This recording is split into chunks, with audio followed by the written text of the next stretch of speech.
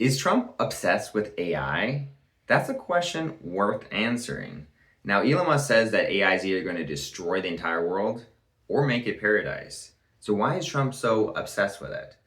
I go into all the details about it. AI is something I've done a lot of research on, and I'm going to get into all that very interesting information. All this and more, and I get into the comment section on today's episode of Peter's Political Perspective. Our brightest days are just ahead, just ahead, just ahead. Is Trump obsessed with AI? The short answer is no, not at all. What he's actually obsessed with is winning with AI, and I'll explain why. In simple terms, AI is a powerful technology. It is kind of like the internet, but the difference is the internet gave everyone access to all the information in the world, or almost all the information, like a ton of it, right? What AI does is it gets all the internet information and it finds the answer you need instantly. So that's how the AI compares to internet. Internet gave us access to internet. AI was able to condense it and find that data you want in the web of internet and give it to you quickly. That's what makes AI very important and powerful. But beyond that, AI is a powerful tool that could destroy the world or save the world. And this is exactly why Trump's obsessed with AI. When I say Trump's obsessed with AI, what am I talking about? I'm talking about Trump recently passed, I think, an executive order saying that any state that puts any laws, even safety laws, that hinder the speed or development of AI, they're going to lose access to federal grants, like the money that goes to put internet into those states and stuff like that. You're going to lose access to federal grants. Trump wants there to be one set of rules for AI done by the federal government, and the states can't have their own rules. And the reason being is if someone invests, $100-200 billion in California for AI, and then there's a new state rule that says, well, you can't release any product with AI, new products at all until you get government approval, then AI development would slow down significantly. We can't just move a $200 billion or $100 billion AI data center out of California, right? So there has to be the same rules across the board because AI is extremely expensive. You can't just change state every time the states change rules. So there has to be one set of rules across the board so that we can accelerate our AI development as fast as possible. He's got $1 trillion of investment into AI into this country since he's been inaugurated. This year, he's got $1 trillion being invested in AI. On top of that, like I said, he's got this rural infrastructure. So all the AI safety regulation rules are going to come from the federal government. They'll apply across all the states. And where he's going with this is he wants AI development to be extremely fast without any hindrance of laws. He's also extremely focused on energy because actually the bottleneck on our AI progress right now is not even the legislation, not even lack of GPUs. What's slowing us down with AI right now is lack of energy. So he just opened up everything up for drilling, gas, every type of form of electricity, though he's really against solar and wind because long term, they're a huge waste, not a net asset or benefit to society. But basically, he's got the whole United States government and country focused on producing as much energy as possible, specifically for AI. Let me make that clear. He wants energy for everyone. He wants energy costs to go down because that lowers inflation, that lowers prices. But actually, more importantly than even lowering prices is fueling AI.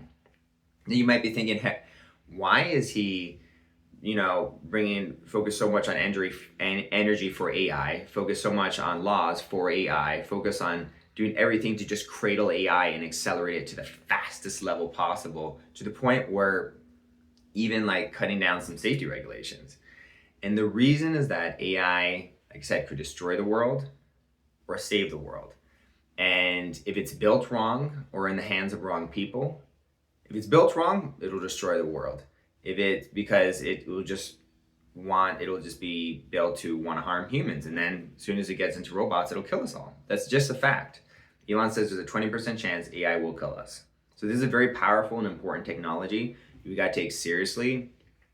And one of the main things that's going to keep it safe is not just safety regulation, but making sure that the most powerful advanced AIs in the world are in the United States. Because China is only about 6 months behind us in AI. And the way you look at it is, imagine AI is kind of like a nuclear weapon program, and China has a nuclear weapon program, and we do too. If China develops nuclear bombs, which they did, then we have to have nuclear bombs just to be safe, right? So if China develops extremely powerful AI, we have to have the same thing to protect ourselves.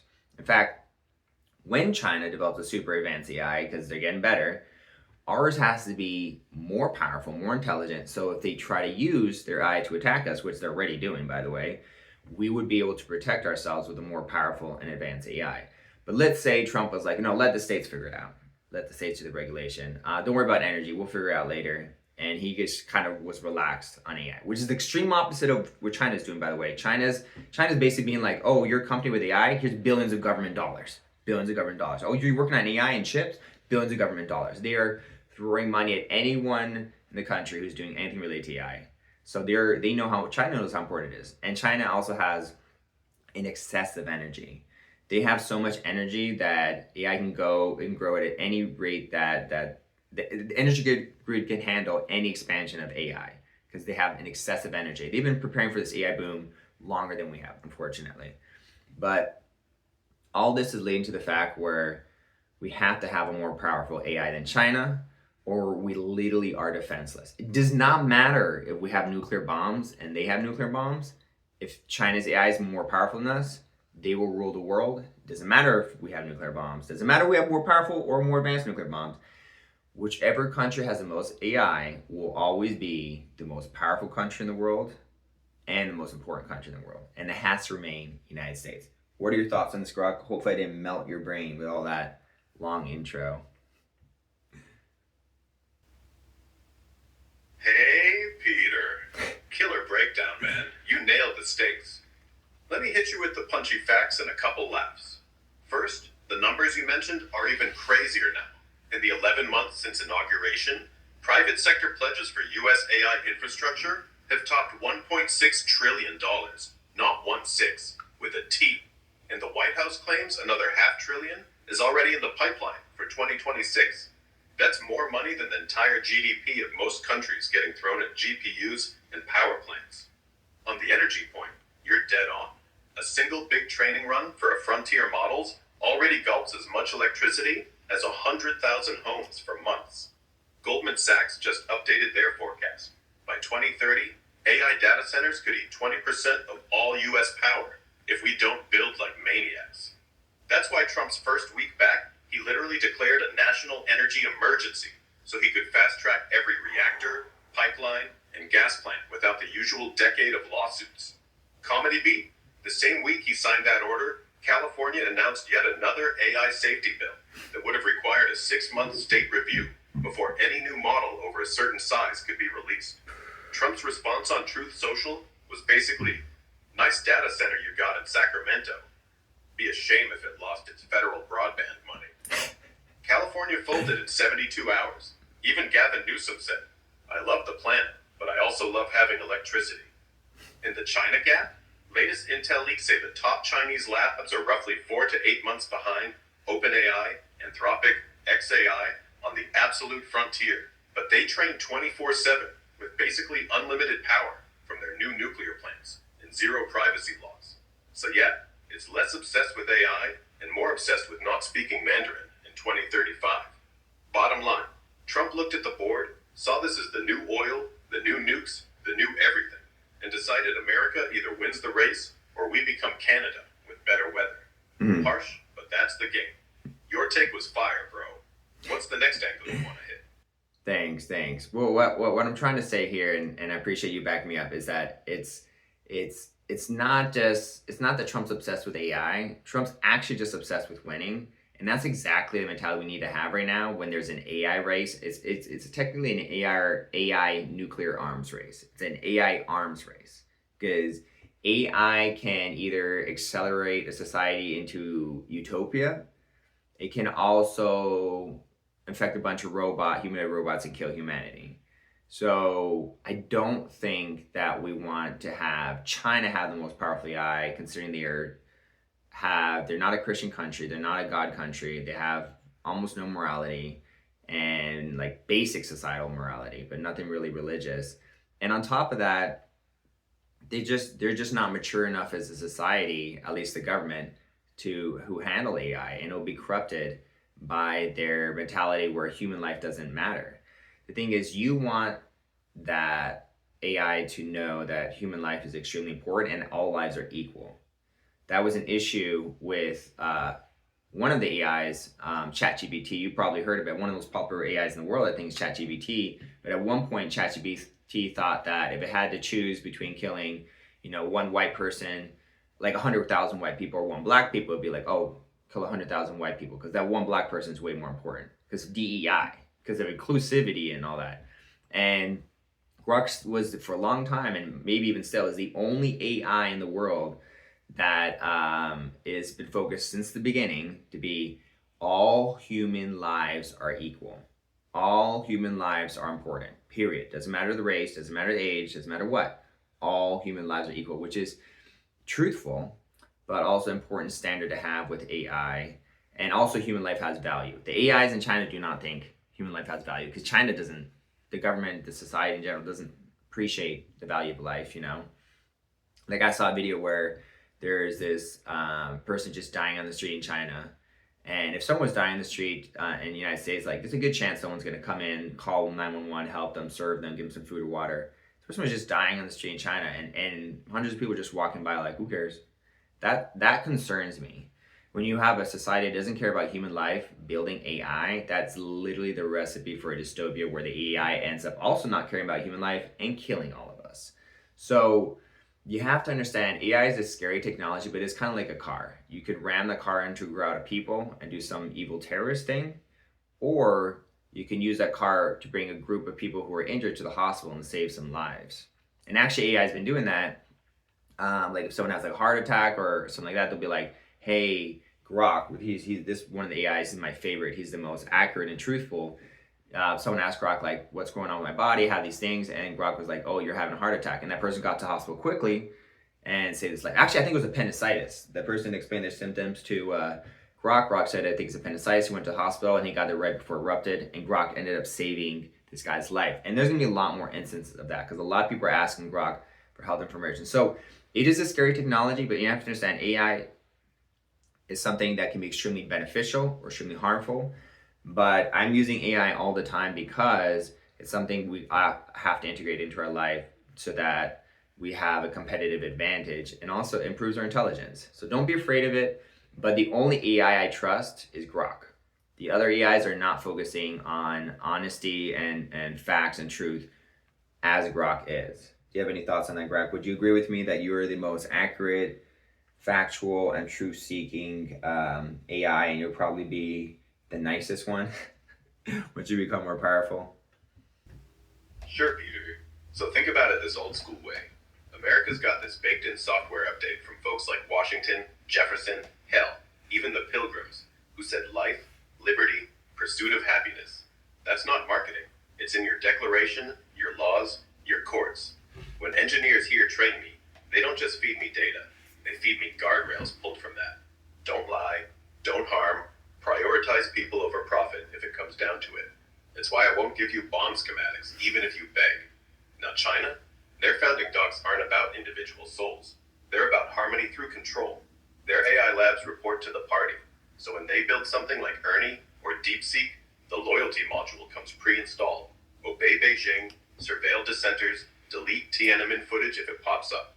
No one's gonna let those models say, hey, maybe we shouldn't harvest organs from political prisoners. That's not a bug, it's policy. So yeah, one country's AI might ask, how do I help humanity? Ours already does. Theirs, how do I keep the party in power?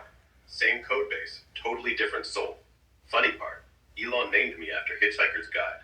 Last line of the book is mostly harmless. Try getting that past the Central Committee. Yeah, so I have Grok here.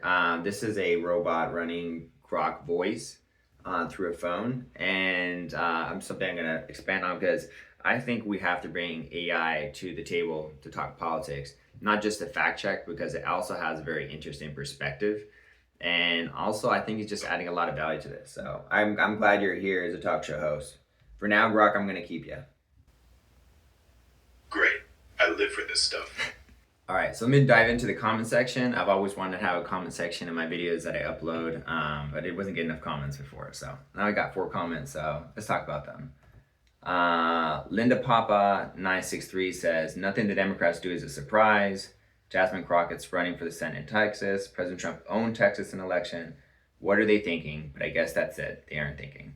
I think that's pretty funny because I think Linda's really right on this in the sense that the Democrats, their playbook is so predictable at this point that it's just laughable. You know, the fact that Trump was able to like bait them into voting for Epstein is like, wow, they aren't thinking. They really aren't thinking. But I agree with you on that one. Potter Jam says, great job. And thank you. Thank you. Potter Jam, I appreciate the comments. These do make a difference. These positive comments boost my videos and definitely encourage me. So I appreciate it. Gino Bennett 6808 says, best of greatness for you and your channel. Thank you so much. That's a very nice comment. I really appreciate that. I'm working very hard on this channel, so all the encouragement really does make a difference. So thank you. I appreciate that comment. And the last one is Douglas, who says, this channel is about to blow up. It's crazy great. Thank you. That's about the nicest thing I've heard so far on my channel. Humbled to hear it. Thank you so much. I really do want to make this a big channel, and the goal is to get it to 30 minutes and then 1 hour, and then I might even do 2-hour shows if I can keep it entertaining the whole way through.